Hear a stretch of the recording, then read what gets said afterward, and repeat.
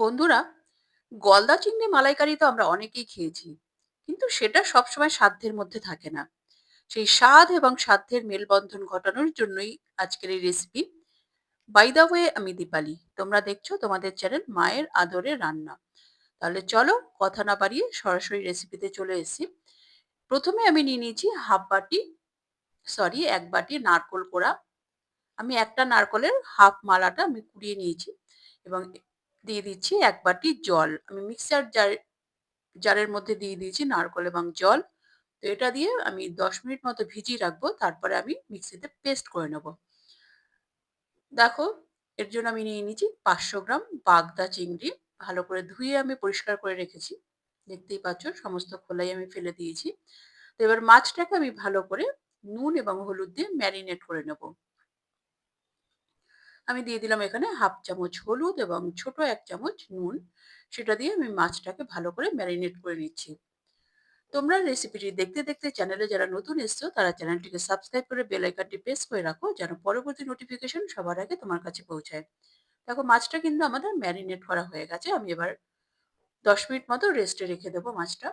তো এর মধ্যে জারের মধ্যে আমি দিয়ে দিলাম এক চামচ হলুদ সর্ষে, হাফ চামচ মৌরি, 6টা কাজু বাদাম এবং আড়াই চামচ আমি দিয়ে দিচ্ছি এখানে টক দই এবং সামান্য জল দিয়ে আমি এটাকে মিহি একদম পেস্ট করে নেবো, ফাইন পেস্ট। তো এবার আমি গ্যাসে কড়া বসিয়ে এর মধ্যে সর্ষের তেল দিয়ে দিয়েছিলাম 2 টেবিল চামচ। এবার আমি মাছগুলো ভেজে নেব। মাছগুলো কিন্তু আমরা খুব বেশি সময় বা খুব কড়া করে ভাজবো না। আমরা 30 থেকে 35 সেকেন্ড মতো মাছগুলোকে ভেজে নেব। নাহলে মাছগুলো শক্ত হয়ে যাবে, খেতে ভালো লাগবে না। জাস্ট মাছের কাঁচা ভাবটা দূর করার জন্যই মাছটা ভাজা। তো দেখো, আমাদের একটা ব্যাচ মাছ ভাজা হয়ে গেল। এবার আমি পরবর্তী ব্যাচও ছেড়ে দিচ্ছি। আমি দুটো ব্যাচেই মাছটা ভেজে নেব। তাহলে একটা ব্যাচে দিলে মাছটা ভালো ভাজা হতো না, সেই জন্যই আমি ব্যাচ ওয়াইজ ভেজে নিচ্ছি। এবারেও ভাজা হয়ে গেছে, আমি মাছগুলোকে তুলে নিচ্ছি। তেলটা ঝরিয়ে দেখতেই পাচ্ছ সমস্ত মাছগুলো আমাদের ভাজা হয়ে গেছে। এই তেলে আমি রান্নাটা কমপ্লিট করব। এর মধ্যে দিয়ে দিলাম একটা ছোট দারচিনির টুকরো, 4-5টা লবঙ্গ এবং 3-4টে ছোট এলাচ, মুখটা ফাটিয়ে দিয়ে দিয়েছি। এবং এর মধ্যে দিয়ে দিচ্ছি আমি মাঝারি সাইজের দুটো পেঁয়াজ বাটা। মসলা থেকে একটা হালকা সুগন্ধ বের হলেই কিন্তু আমাদের পেঁয়াজ বাটাটা দিয়ে দিতে হবে এবং পেঁয়াজটাকে আমাদের ভালো করে কষিয়ে নিতে হবে, যেন পেঁয়াজের কাঁচা গন্ধটা একদমই না থাকে।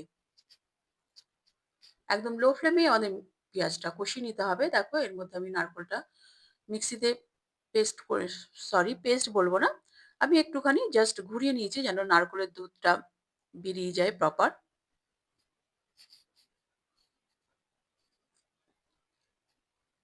এবার আমি একটা ছাঁকনিতে সেই নারকোলটা দিয়ে আমি দুধটাকে বার করে নিচ্ছি ছাঁকনিতে এবং চামচের সাহায্যে চেপে চেপে, যেন নারকোলের দুধটা প্রপার বেরিয়ে আসে।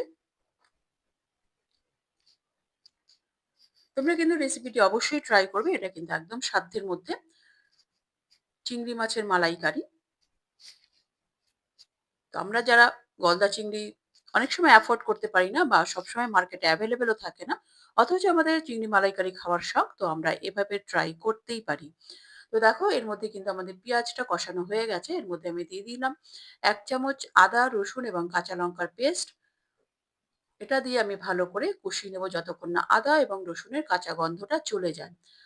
রসুনের একটা স্ট্রং গন্ধ থাকে, জানোই তোমরা।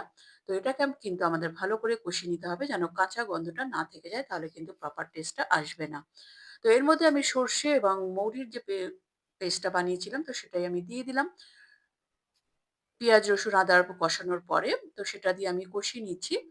একটু ঘন লাগছে, তো মিক্সির জারটা আমি জল দিয়ে একটু নাড়িয়ে সেই জলটা আমি দিয়ে দিলাম, যেন একটু ওয়েস্ট না হয় মসলা। তো একটু নাড়াচাড়া করার পর এর মধ্যে আমি দিয়ে দিচ্ছি 1 চামচ হলুদ, 1 চামচ কাশ্মীরি লঙ্কার গুঁড়ো, অবশ্যই কালারের জন্য। দিয়ে আমাদের কিন্তু মসলাটা ভালো করে কষিয়ে নিতে হবে একদম মিডিয়াম টু লো ফ্লেমে।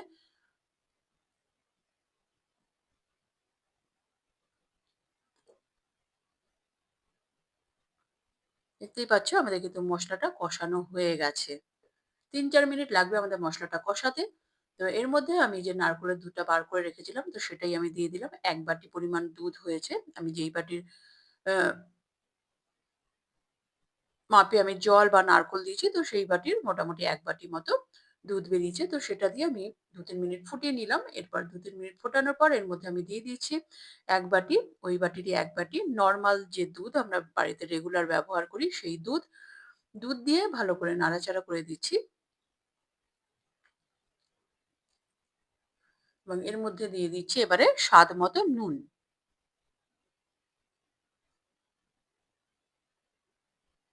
এবং এটাকে আমাদের একটু ফুটিয়ে নিতে হবে ২-৩ মিনিট ভালো করে। ফুটিয়ে নেওয়ার পরে এর মধ্যে এবার আমরা দিয়ে দেব ভাজা যে চিংড়ি মাছগুলো আছে, তো সেগুলোই আমরা এবারে এর মধ্যে দিয়ে দেব এবং যে পাত্রে রেখেছিলাম তো সেই পাত্রে যে তেল লেগে থাকে তো সেটা কিন্তু অবশ্যই এভাবে খুন্তির সাহায্যে খুন্তির হেল্প নিয়ে এভাবে তেলটা দিয়ে দিতে হবে, তাহলে কিন্তু টেস্টটা কয়েক গুণ বেড়ে যাবে, তোমরা দেখতেই পাবে। তো এবার আমি একদম লো ফ্লেমে, মিডিয়াম টু লো ফ্লেমে আমি কিন্তু ৩-৪ মিনিট ফুটিয়ে নেব এবং মাঝখানে কিন্তু এভাবে একটু নেড়ে দিতে হবে, না হলে তলায় ধরে যেতে পারে, কারণ নারকেলের দুধ দেওয়া হয়েছে। তো সেই কারণেই আমাদের কিন্তু মাঝখানে ওভাবে একটু নেড়ে দিতে হবে। ৪-৫ মিনিট ফুটিয়ে নেওয়ার পর এর মধ্যে আমি দিয়ে দিলাম 1/4 চামচ গরম মসলা গুঁড়ো এবং 1/2 চামচ ঘি। তোমরা চাইলে পরিমাণে আরেকটু ঘিও ব্যবহার করতে পারো তোমাদের পছন্দ অনুযায়ী। তো দেখো আমাদের কিন্তু চিংড়ি মালাইকারি অলমোস্ট রেডি। এবার আমি সে একদম লো ফ্লেমে ঢাকা দিয়ে স্ট্যান্ডিং টাইম দিয়ে ৫ মিনিট রেখে দিয়েছিলাম। রেখে দেওয়ার পর দেখো আমাদের চিংড়ি মালাইকারি কিন্তু এবার রেডি। এবার আমি এটা সার্ভ করে দেব।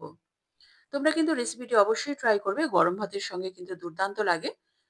গলদা চিংড়ি নাই বা হলো, বাগদা চিংড়ি দিয়ে আমরা তো মালাইকারি ট্রাই করতেই পারি, তাই না?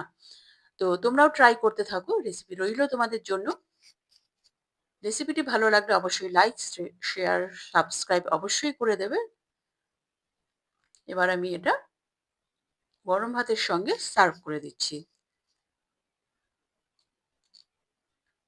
খেতে কিন্তু দুর্দান্ত হয়েছিল। এখনো কিন্তু আমার স্বাদ মুখে লেগে রয়েছে বলতে পারো। তোমরা কিন্তু অবশ্যই ট্রাই করবে। ট্রাই করে আমাকে কমেন্ট করে অবশ্যই জানাবে। পরবর্তী এপিসোডে আবার দেখা হবে। ততক্ষণের জন্য নমস্কার, ধন্যবাদ।